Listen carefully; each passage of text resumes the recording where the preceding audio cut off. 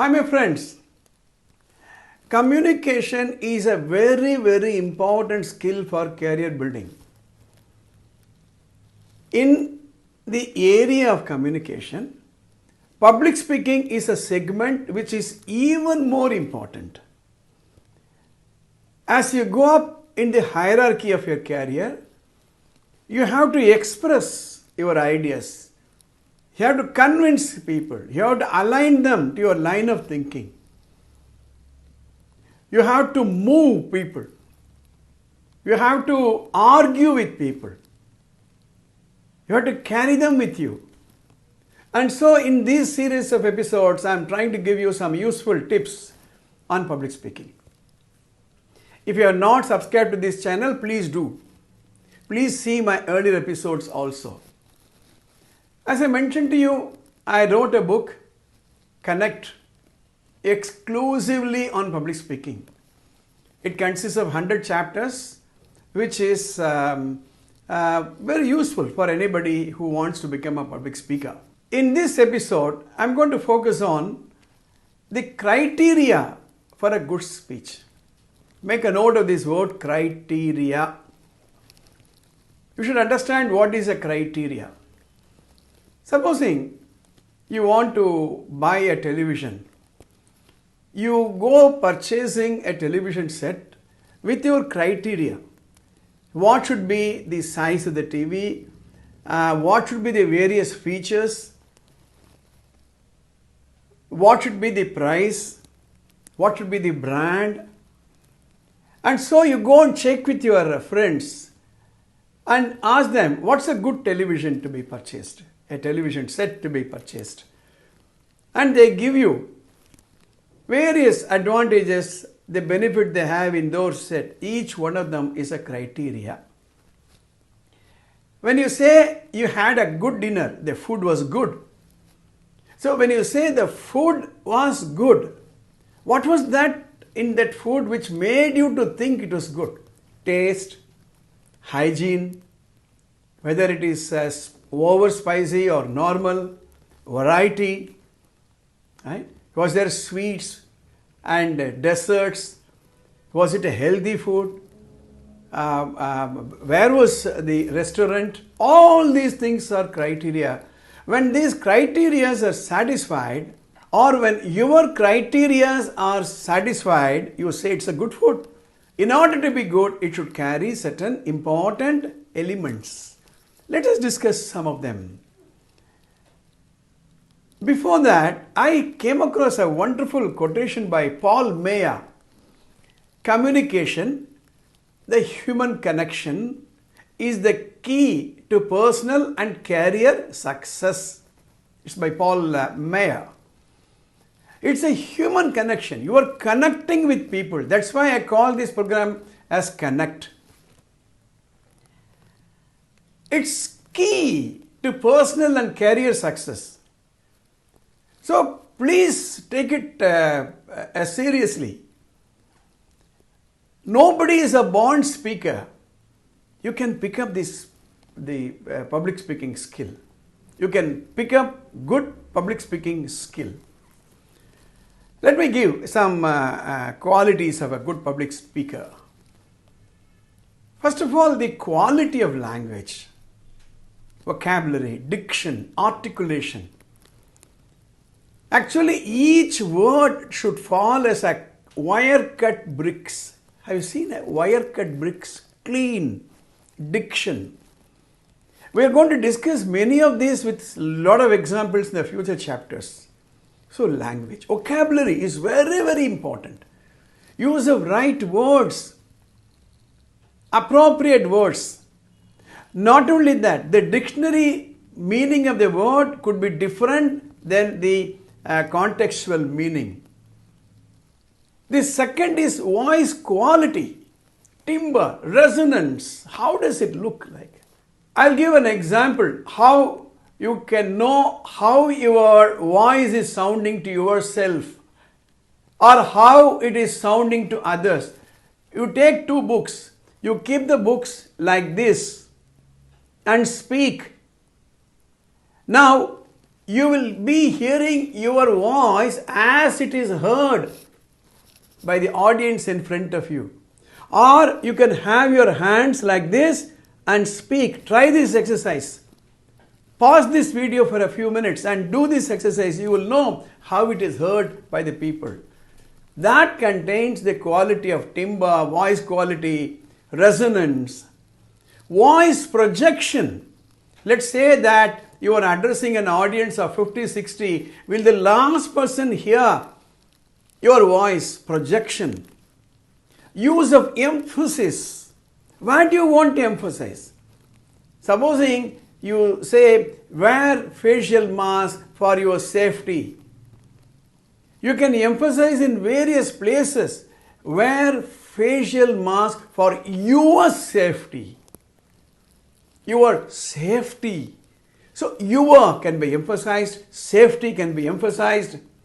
You know, when you write, when you type a letter or an essay, you emphasize words, no? You underline, you highlight, you put a quote, you put in italics.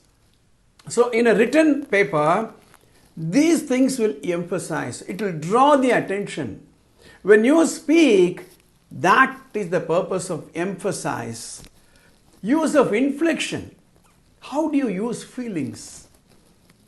Now, supposing somebody comes and says, oh, I lost my dear uncle due to COVID.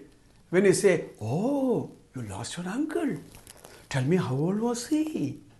Supposing you say, oh, you lost your uncle. Tell me, how old was he? Absolutely no feeling.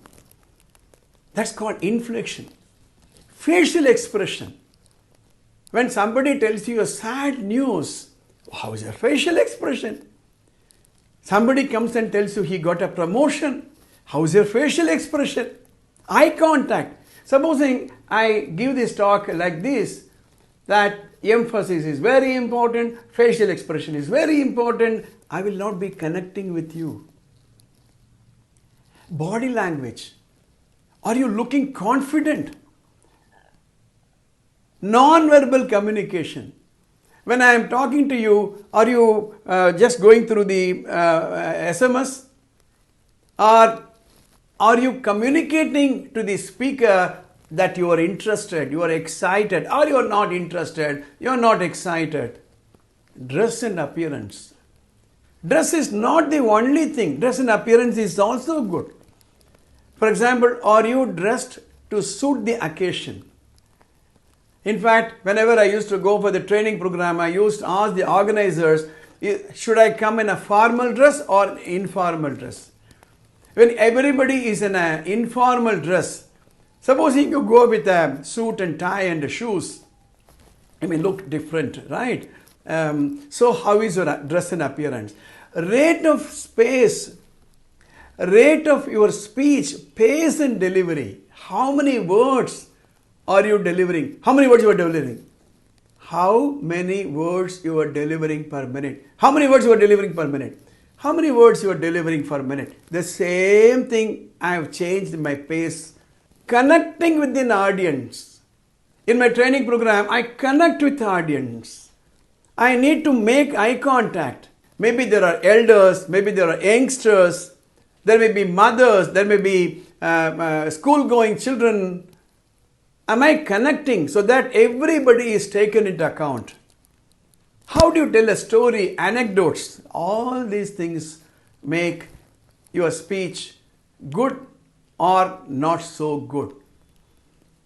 So next time when you listen to somebody, remember to notice all these things. As I was mentioning to you, browse through the internet, YouTube, and listen to popular speakers and find out how they give importance to these criteria.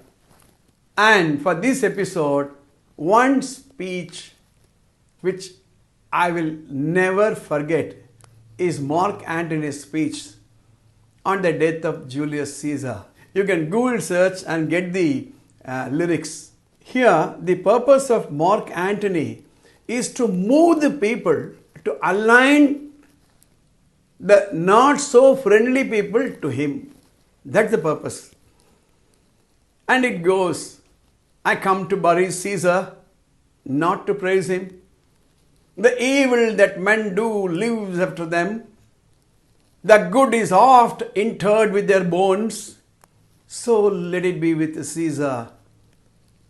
The noble Brutus hath told you that Caesar was ambitious. If it was so, it was a grievous fault, and grievously hath Caesar answered it.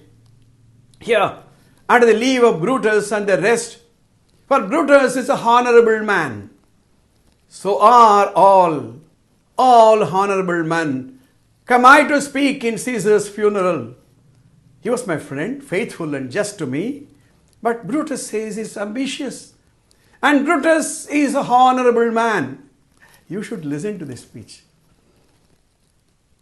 It is a speech from Shakespeare. And ever so many people have given life to this speech. You Google search, go to the YouTube, download the various speeches and look at the various things I talked about, the eye contact, the gestures, the diction, the inflection, all these parameters, you go through that.